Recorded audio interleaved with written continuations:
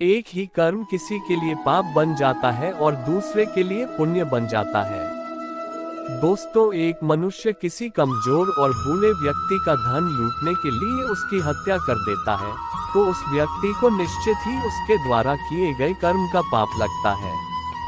और यदि दुष्ट मनुष्य किसी स्त्री के साथ जबरदस्ती बलात्कार करने की कोशिश कर रहा है, तो उस स्त्री की रक्षा करने के लिए अगर कोई व्यक्ति उस दुष्ट मनुष्य की हत्या कर देता है, तो उसका उसे पाप नहीं लगता है, बल्कि पुण्य लगता है।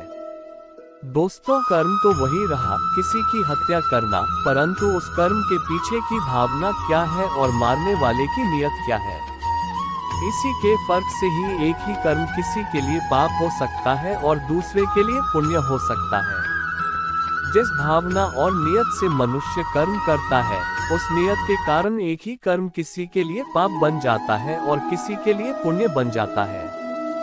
कर्म के इस ज्ञान के द्वारा ही मनुष्य को कर्म विकर्म और अकर्म की पहचान होती है।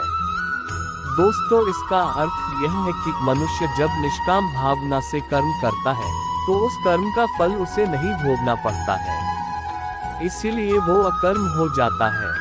कर्म उसे कहते हैं जिसे सकाम भाव से और फल की इच्छा से किया जाता है। उसका फल मनुष्य को उसके कर्म के अनुसार अवश्य मिलता रहता है।